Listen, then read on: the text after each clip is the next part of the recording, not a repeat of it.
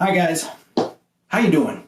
I really asked that question, just wondering how everybody's doing. How am I doing? Doing pretty well. I can't complain. Thankfully, our family is well. We homeschool already, so our boys haven't missed a beat. Most of my work I can do remotely, so we're doing pretty well. But I do miss hanging out with people. I do enjoy a good party, good wine, good dinner. But that's not why I wanted to talk to you today, actually.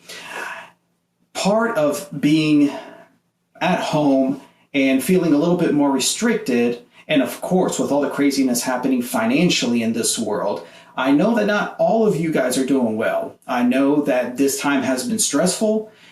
For some of you guys, it's been really, really tough. Complete loss of income.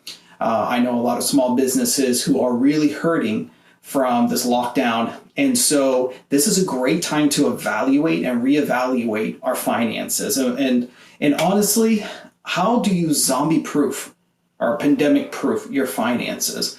Which, by the way, the same steps that you take for really making yourself secure now are the same steps that are going to help your future in retirement. So it's the same concepts. I don't know if you've heard some of my other blogs. I talk about income and expenses. Those are the two things we always have to deal with anyways.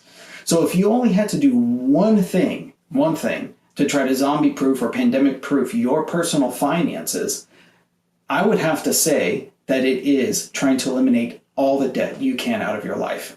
If you don't have a lot of money going out and you're having to pay other people, your budget, obviously your income, you don't need as much to cover all the other necessary expenses. I do appreciate what the government has done of trying to stimulate, especially the Paycheck Protection Program for small businesses, trying to keep people employed, unemployment benefits expanded, trying to keep people from really suffering. But the fact is that some of us in the next year or so, from the consequences economically of what's happened because of this pandemic, we are going to suffer.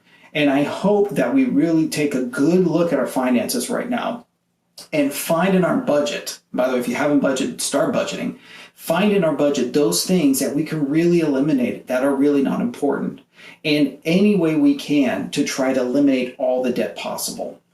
I've spoken about my father-in-law in the past, and I have a high degree of respect for him because he actually retired before 50 years old. And the number one thing that he did was he's hyper conservative, by the way.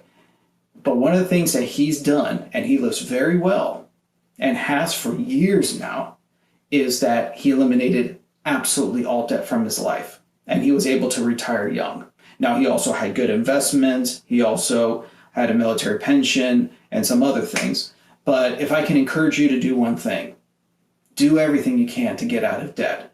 It doesn't matter what the stock market does. If you don't have a lot of people you have to pay to, you're going to be better off not just now, but in the future. Hope it helps. I'll talk to you soon.